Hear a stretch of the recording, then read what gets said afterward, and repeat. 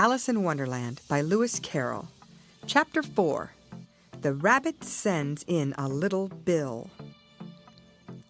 It was the White Rabbit trotting slowly back again and looking anxiously about as it went, as if it had lost something, and she heard it muttering to itself, "The Duchess! The Duchess! Oh, my dear paws! Oh, my fur and whiskers! She'll get me executed as sure as ferrets are ferrets! Where can I have dropped them, I wonder?" Alice guessed in a moment that it was looking for the fan and pair of white kid gloves, and she very good-naturedly began hunting about for them, but they were nowhere to be seen. Everything seemed to have changed since her swim in the pool, and the great hall with the glass table and the little door had vanished completely. Very soon the rabbit noticed Alice as she went hunting about, and called out to her in an angry tone, "Why, Mary Ann, what are you doing out here? Run home this moment and fetch me a pair of gloves and a fan. Quick now!" And Alice was so much frightened that she ran off at once in the direction it pointed to, without trying to explain the mistake it had made. "He took me for his housemaid," she said to herself as she ran. "How surprised he'll be when he finds out who I am! But I'd better take him his fan and gloves. That is, if I can find them." As she said this, she came upon a neat little house, on the door of which was a bright brass plate with the name W. Rabbit engraved upon it. She went in without knocking and hurried upstairs, in great fear lest she should meet the real Mary Ann and be turned out of the house before she had found the fan and gloves. "How queer it seems," Alice said to herself, "to be going messages for a rabbit. I suppose Dinah'll be sending me on messages next." And she began fancying the sort of thing that would happen. "Miss Alice, come here directly and get ready for your walk. Coming in a minute, nurse, but I've got to see that the mouse doesn't get out. Only I don't think," Alice went on, "that they'd let Dinah stop in the house if it began ordering people about like that." By this time she had found her way into a tidy little room with a table in the window, and on it, as she had hoped, a fan and 2 or 3 pairs of tiny white kid gloves. She took up the fan and a pair of the gloves and was just going to leave the room when her eye fell upon a little bottle that stood near the looking-glass. There was no label this time with the words "Drink me," but nevertheless she uncorked it and put it to her lips. "I know something interesting is sure to happen," she said to herself, "whenever I eat or drink anything, so I'll just see what this bottle does. I do hope it'll make me grow large again, for really I'm quite tired of being such a tiny little thing." It did so indeed, and much sooner than she had expected. Before she had drunk half the bottle, she found her head pressing against the ceiling, and had to stoop to save her neck from being broken. She hastily put down the bottle, saying to herself, "That's quite enough. I hope I shan't grow any more. As it is, I can't get out at the door. I do wish I hadn't drunk quite so much." Alas, it was too late to wish that. She went on growing and growing, and very soon had to kneel down on the floor. In another minute, there was not even room for this, and she tried the effect of lying down with one elbow against the door and the other arm curled round her head. Still she went on growing, and as a last resource, she put one arm out of the window and one foot up the chimney and said to herself, "Now I can do no more, whatever happens. What will become of me?" Luckily for Alice, the little magic bottle had now had its full effect, and she grew no larger. Still, it was very uncomfortable, and as there seemed to be no sort of chance of her getting out of the room again, no wonder she felt unhappy. It was much pleasanter at home, thought poor Alice, when one wasn't always growing larger and smaller and being ordered about by mice and rabbits. I almost wish I hadn't gone down that rabbit hole, and yet it's rather curious, you know, this sort of life. I do wonder what can have happened to me. When I used to read fairy tales, I fancied that kind of thing never happened, and now here I am in the middle of one. There ought to be a book written about me. That there ought. And when I grow up, I'll write one. But I'm grown up now," she added in a sorrowful tone. "At least there's no room to grow up any more here." But then, thought Alice, shall I never get any older than I am now? That'll be a comfort. One way never to be an old woman, but then always to have lessons to learn. Oh, I shouldn't like that. Oh, you foolish Alice, she answered herself. How can you learn lessons in here? Why, there's hardly room for you, and no room at all for any lesson books. And so she went on, taking first one side and then the other, and making quite a conversation of it altogether. But after a few minutes she heard a voice outside and stopped to listen. "Mary Ann! Mary Ann!" said the voice. "Fetch me my gloves this moment!" Then came a little pattering of feet on the stairs. Alice knew it was the rabbit coming to look for her, and she trembled till she shook the house, quite forgetting that she was now about 1,000 times as large as the rabbit, and had no reason to be afraid of it. Presently the rabbit came up to the door and tried to open it, but as the door opened inwards and Alice's elbow was pressed hard against it, that attempt proved a failure.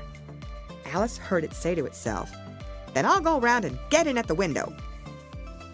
That you won't, thought Alice, and after waiting till she fancied she heard the rabbit just under the window, she suddenly spread out her hand and made a snatch in the air. She did not get hold of anything, but she heard a little shriek and a fall, and a crash of broken glass, from which she concluded that it was just possible it had fallen into a cucumber frame or something of the sort. Next came an angry voice, the rabbit's. "Pat! Pat, where are you?" And then a voice she had never heard before. "Sure then I'm here, digging for apples, Your Honor." "Digging for apples indeed," said the rabbit angrily. "Here, come and help me out of this." Sounds of more broken glass. "Now, tell me, Pat, what's that in the window?" "Sure, it's an arum, Your Honor." He pronounced it arum. "An arm, you goose! Who ever saw one that size? Why, it fills the whole window." "Sure it does, Your Honor, but it's an arm for all that." "Well, it's got no business there, at any rate. Go and take it away." There was a long silence after this, and Alice could only hear whispers now and then, such as, "Sure, I don't like it, Your Honor, at all. "Do as I tell you, you coward." And at last she spread out her hand again and made another snatch in the air. This time there were 2 little shrieks and more sounds of broken glass. "What a number of cucumber frames there must be," thought Alice. "I wonder what they'll do next. As for pulling me out of the window, I only wish they could.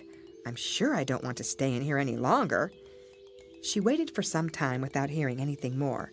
At last came a rumbling of little cartwheels and the sound of a good many voices all talking together. She made out the words, "Where's the other ladder? Why, I hadn't to bring but one. Bill's got the other. Bill, fetch it here, lad. Here, put 'em up in this corner. No, tie 'em together first. They don't reach half high enough yet. Oh, they'll do well enough, don't be particular. Here, Bill, catch hold of this rope. Will the roof bear? Mind that loose slate. Oh, it's coming down. Heads below." A loud crash. "Now, who did that? It was Bill, I fancy. Who's to go down the chimney?" "Nay, I shan't. You do it." "That I won't, then. Bill's to go down here. Bill, the master says you're going to go down the chimney." "Oh, so Bill's got to come down the chimney, has he?" said Alice to herself. "Shy, they seem to put everything upon Bill. I wouldn't be in Bill's place for a good deal. This fireplace is narrow, to be sure, but I think I can kick a little." She drew her foot as far down the chimney as she could, and waited till she heard a little animal, she couldn't guess of what sort it was, scratching and scrambling about in the chimney, close above her, then saying to herself, "This is Bill." She gave one sharp kick, and waited to see what would happen next. The first thing she heard was a general chorus of, "There goes Bill!" Then the rabbit's voice along, "Catch him! You by the hedge!" Then silence, and then another confusion of voices, "Hold up his head! Brandy now, don't choke him! How was it, old fellow? What happened to you? Tell us about it." Last came a little feeble squeaking voice. "That's Bill," thought Alice. "Well, I hardly know. No more, thank ye. I'm better now, but I'm a deal too flustered to tell you. All I know, is something comes at me like a jack-in-the-box, and up I goes like a skyrocket." "So you did, old fellow," said the others. "We must burn the house down," said the rabbit's voice, and Alice called out as loud as she could, "If you do, I'll set Dinah at you." There was a dead silence instantly, and Alice thought to herself, "I wonder what they will do next. If they had any sense, they'd take the roof off." After a minute or two, they began moving about again, and Alice heard the rabbit say, "A barrowful will do to begin with." A barrowful of what? thought Alice, but she had not long to doubt, for the next moment a shower of little pebbles came rattling in at the window, and some of them hit her in the face. "I'll put a stop to this," she said to herself, and shouted out, "You'd better not do that again," which produced another dead silence. Alice noticed with some surprise that the pebbles were all turning into little cakes as they lay on the floor, and a bright idea came into her head. "If I eat one of these cakes," she thought, "it's sure to make some change in my size, and as it can't possibly make me larger, it must make me smaller, I suppose."